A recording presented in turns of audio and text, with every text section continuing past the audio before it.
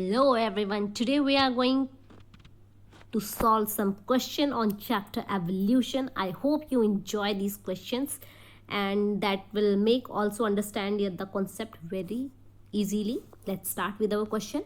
Question number 1 is which theory explain the origin of universe? वो कौन सी theory है जो हमारे origin of universe को बहुत अच्छे से explain करती है?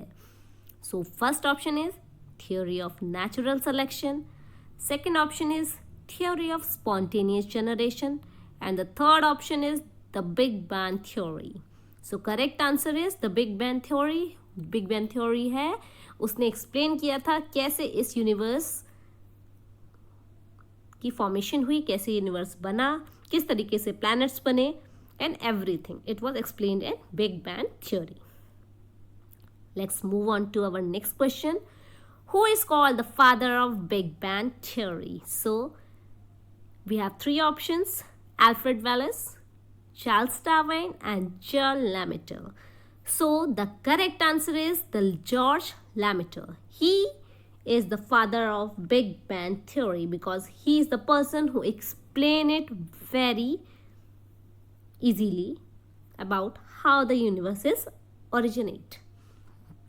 Let's move on to the next question. Which of the following explain the theory of spontaneous generation? So, let's start with our first question. The life comes out of decaying and rotting material. Second option. Life come only from pre-existing life. Third option. Life comes from outside. First हमारा जो option है that explain that life is originate from a non living thing dead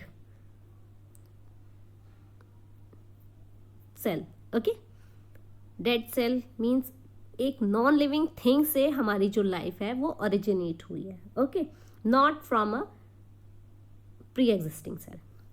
second option है life come only from a pre existing cell. As I say life जो है वो एक already present cell से form हुई है. Okay, और वही एवोल्यूट हो गई है, म्यूटेट हो गई है और आज एज अ ह्यूमन बीइंग हम आपके आगे हैं. Third is life come from outside. Life जो है वो अर्थ पर थी ही नहीं. लाइफ जो है वो अर्थ के बाहर से कहीं बाहर से किसी प्लैनेट से, किसी मेट्रॉइड के साथ या किसी न किसी के साथ हमारे अर्थ पर आई है. So the correct answer is A. Life comes out of a decaying and rotting material. This is explain in spontaneous generation. Okay, let's move on to the next question. Who perform the experiment to prove the chemical evolution of अर्थ?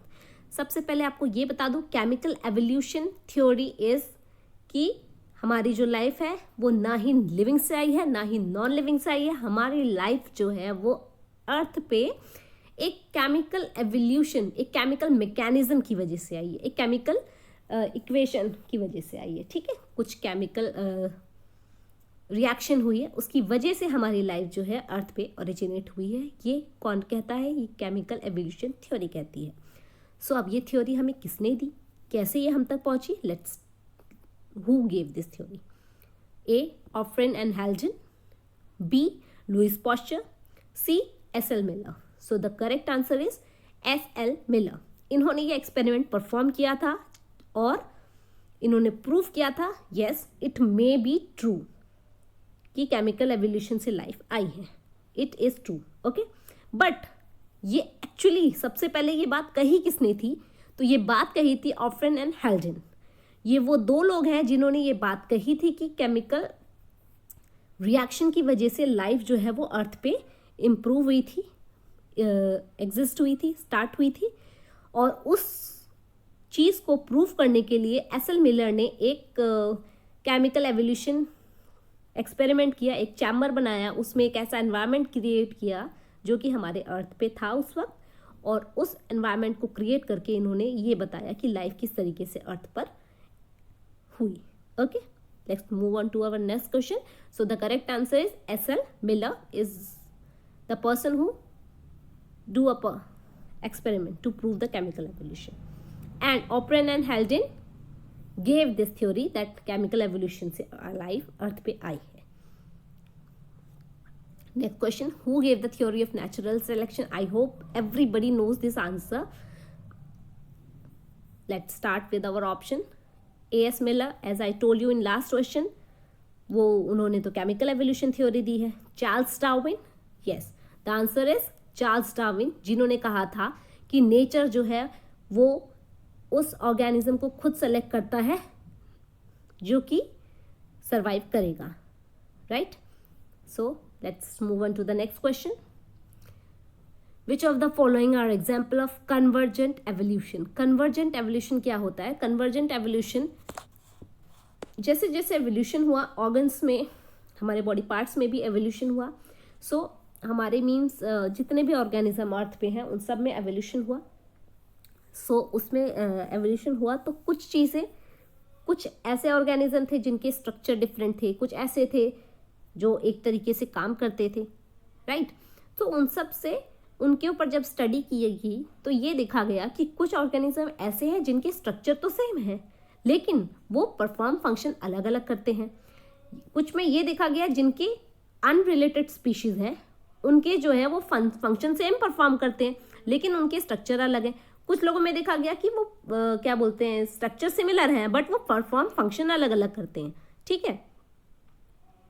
और कुछ में दोनों चीज़ें mix हो रही हैं. कुछ चीज़ें ऐसी हैं जिनका स्ट्रक्चर सेम है बट वो अलग फंक्शन करते हैं.